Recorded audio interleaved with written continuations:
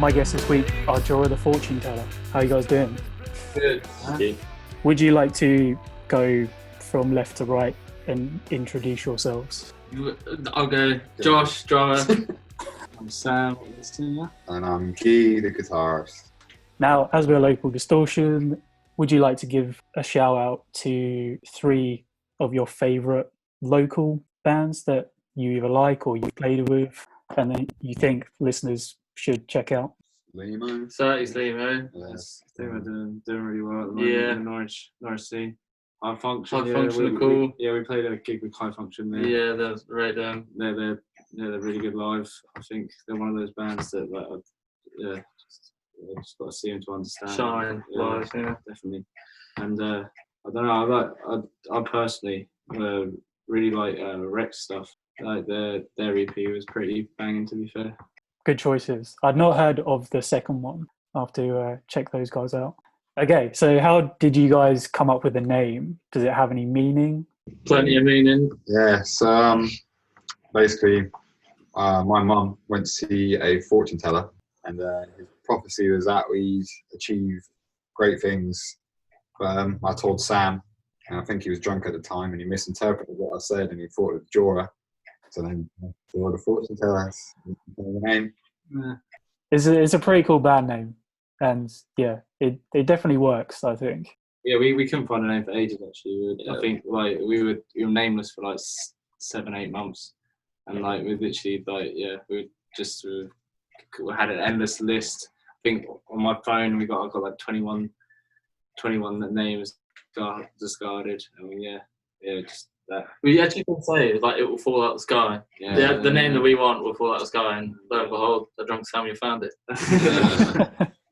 Yeah, I remember when you guys sent some demos over to me a long time ago now, probably.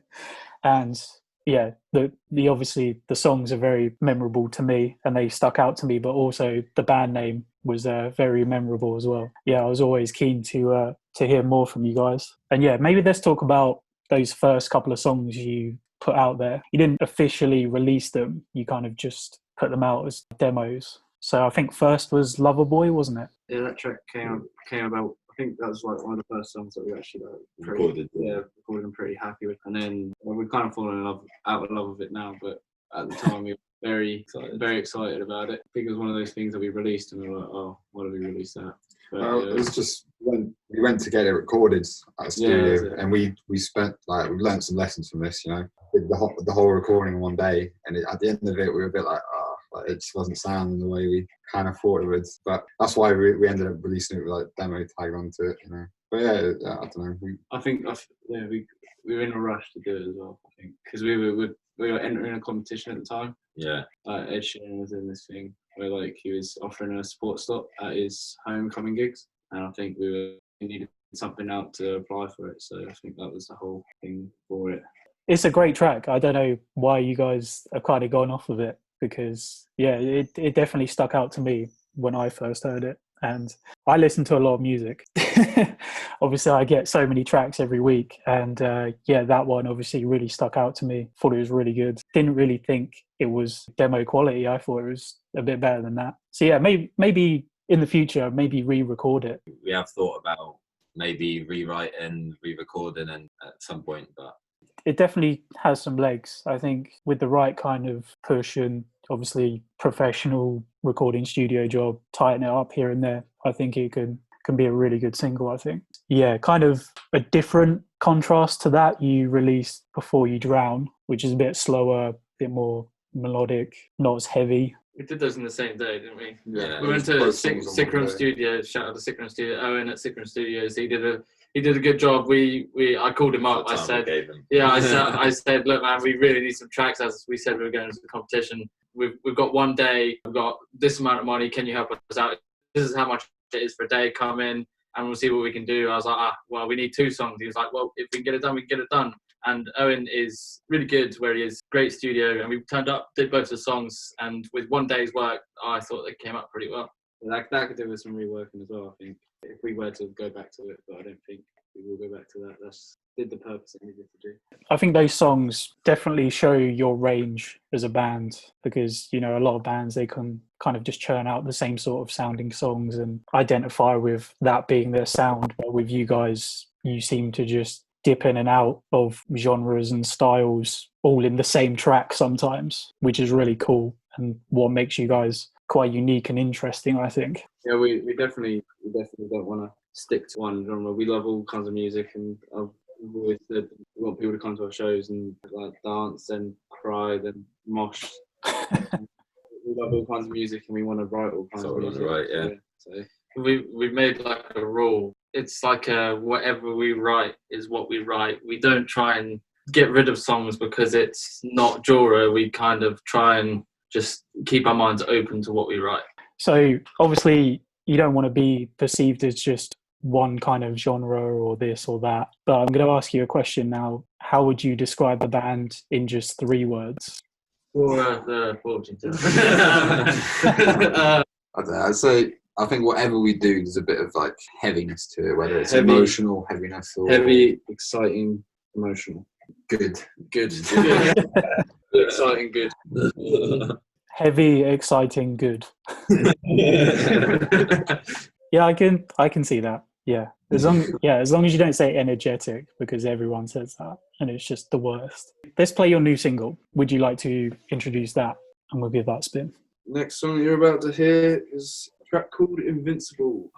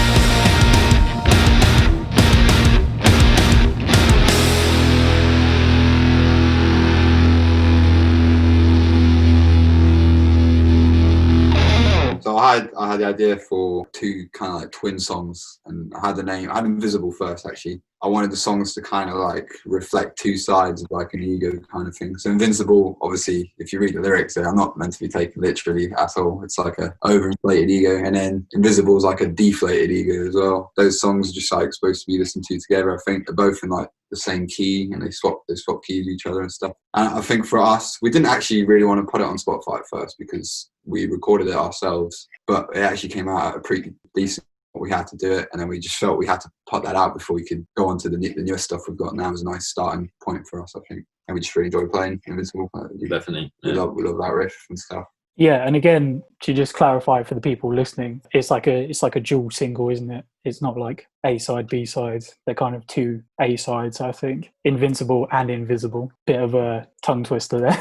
But again, it shows so much range that you guys have. And yeah, again, it's really different to the stuff you've released before, but you can still tell that it's you guys, and yeah, they're incredibly well written songs. Appreciate that a lot. Big praise. Where did you record those tracks? Right in this room. Right there. Yeah. Oh, okay, so whose home studio is this? All of ours. This is not a home. It's basically like a storage unit sort of thing. So Yeah. it's like an industrial estate sort of thing. There's like a Pilates studio across the hall. We've outside. had a few tickering, yeah. Pissed them off a few times. Yeah. It kind of has like an underground bunker kind of vibe. Why? Yeah, I'm guessing that's the same place you recorded your little acoustic sessions you were putting on Instagram. That's where all the magic happens. Yeah, and they obviously turned out really good as well. So who's doing all the mixing with those? Mix of Well, Invincible, Invisible, the two tracks were mixed by your friend. Yeah, Dave Klossman. He's a local lad. I go to the pub with him. He's a good lad. He's in the metal scene more than our sort of scene, and he was really intrigued by doing something slightly lighter, and he really liked the tracks. We went to him. He turned it around in a couple of weeks or so and gave us the final thing, and we were really chuffed with it. And we had a few recitals, didn't we? And then when we got the final version back, we're really happy, and we thought, let's put it on Spotify. Probably say we produced it ourselves. Yeah, all the arrangement and ideas for the song came from us, but he just mixed it up and glossed it up. Yeah, he put that shine on it. That's probably why it's got that, like, as well, like Josh said, he's a metal, very heavily metal orientated, so that's probably why, like, if you listen to Invincible, like, especially me, when I first listened to it, I got a very metally vibe from the starting riff, especially. Yeah, definitely. And I think Loverboy kind of has that heavy sort of tone to the guitar as well. Kind of reminds me a bit of like Nothing But Thieves kind of vibe, where they have like those really like gravelly guitars, but you know, the guy's got like kind of like a less metally voice. It's kind of like a blend of indie and metal tones, kind of, I guess. And yeah, it just works, I think, and it's very unique. I don't think there's many or any bands that I've come across which sound like you guys, which is good. So yeah, just keep doing what you're doing. So there's kind of a lot of questions I usually ask, but because nothing's really happening at the moment, I'm going to skip them. So yeah, would you like to start a rumour about Jora the Fortuneteller? Maybe you can do a rumour about a member of the band. Does the rumour have to be factual or just be absolute bullshit? It's a rumour, so we'll never know whether it's true or not. I might have one. Well, I don't want to put it out there and it be the rumour, because we have a Dwayne The Rock Johnson calendar. Is that true? We have we have. Well, he's our mascot, I think. Is Dwayne The Rock Johnson. We've got a shrine to Dwayne The Rock. Yes. We kind of a like shrine. When we get demotivated, we look to him. Yeah. He blesses us. Yeah, I'm sure a lot of people already do that. I mean, he's a very inspiring and motivating person. So, yeah, I could see that. No, that's a pretty good rumour. I like it. So, obviously, when we can, or when you guys can, start playing shows again, what are your music career goals? Like playing certain venues, festivals, or bands that you'd like to share the stage with? Personal one for me is definitely to do, not necessarily a headline festival circuit, but to play the festival circuit is a personal goal for myself. Yeah, well, I'm sure we'd all agree we want to hit like Reading and whatnot eventually, whenever that comes along. I think for short-term goals, I think we just want to, because we've not done many gigs yet, to be fair. Like, we just want to play the shit out of Norwich, really, just play everywhere in Norwich. Like, just play gigs with all the local bands. Definitely. Just be playing, gigging as much as they all are, because they all like. I think we were ready for gigs up until quite recently. We were just getting our feet on that. But we did it before lockdown started. We did a couple of shows, did a Gringos gig, did a Battle of the Bands, and they felt amazing. Yeah, they felt really good. The best we've ever been, and it felt like we were getting better. That's a pretty level-headed answer. You weren't like saying like download festival and all that kind of stuff. So, I mean, which is fine. I mean, of course, aim high, but yeah, there's a very modest answer. So yeah, I appreciate that. So this one I'm kind of interested, because I think some of your influences that you put into the band will come out in this question. Guilty pleasures. So like a song or artist that you are kind of maybe a little bit embarrassed to admit that you secretly love. I actually really like Say So by Doja Cat. I really rate that tune. Got to say, I'm with that. I'm with that. Like a bit, I don't know, like ABBA. I don't think that's a guilty pleasure though. No. It's perfectly acceptable. I think it's seen as a guilty pleasure, but nothing to be embarrassed about. They're writing the best songs ever, aren't they? So. Yeah, definitely. Guilty pleasures. Probably, I can't think of any now. Put me on the spot. Yeah, you put me on the spot. I'm having to scroll through my Spotify. Nothing I'm really embarrassed about, to be honest. Probably like Lupus' new stuff, I actually really rate as well. Don't Start Now's got a tasty groove. I do actually rate that, not gonna lie. I like a bit of Sia as well. A bit of Sia. You can't go wrong with a bit of Sia. Yeah. I'll put that as one there, Very nice. Now we're going to play another one of your tracks. Obviously, you can either play Invincible or maybe one of your demo tracks. I'll leave it up to you. Give him a Lover Boy, maybe. That's not been spun for a while. That hasn't been spun for a while. Yeah, sure. Yeah. Why not? Let's go for that earlier, so.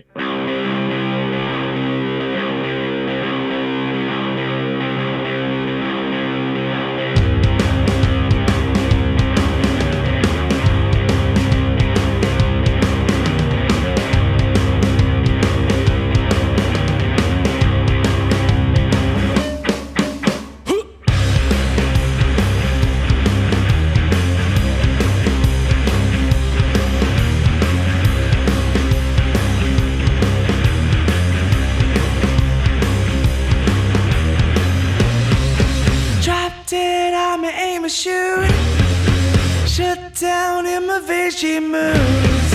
I'm in need of a present. She toys with the tactics of my adolescence. She likes to get me high and thinking, sitting like patiently waiting up all night just to hear me say, I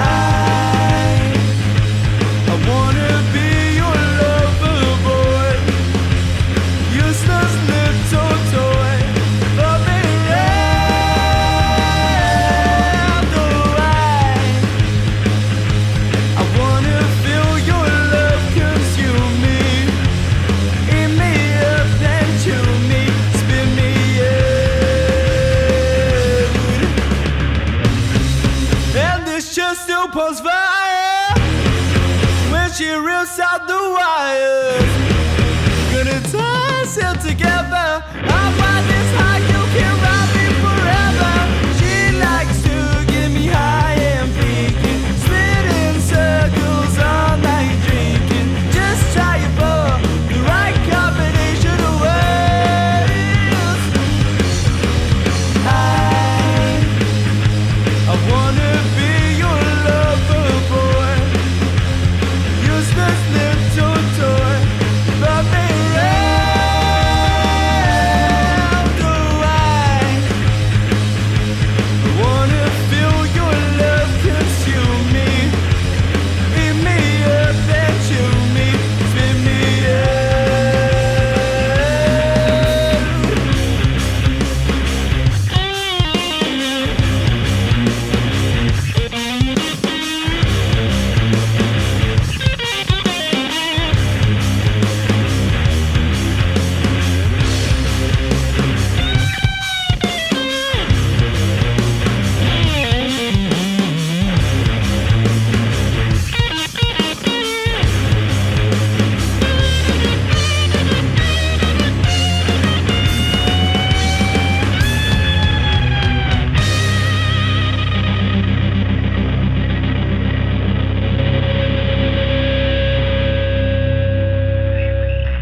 So where can everyone follow you guys on social media? At Jora The Fortuneteller on Instagram, Facebook, Jora The Fortuneteller. Yeah, that's about it. I think we ain't got a Twitter because No, not really tweeting. SoundCloud, Spotify. SoundCloud, Spotify for anything we may. Any underground stuff on SoundCloud. Yeah. If you want to hear You're a into boy. that. You want to love boy get SoundCloud. Thank you to my guest, Jora the Fortuneteller. You can follow Local Distortion. We're on Facebook, mostly on Instagram. We post almost daily on there. Obviously, you guys, you got a big live session coming up with us, which we will record hopefully this year. We're looking forward to that. 100%. We've got some unreleased lockdown written tune. Yeah, so hopefully we can record it this year and hopefully get it out this year as well. So yeah, really looking forward to that. So subscribe to Local Distortion's YouTube channel because that's where they'll be. We have a Spotify playlist, which you guys are on as well. Just type in Local Distortion on Spotify. We should come up somewhere, hopefully.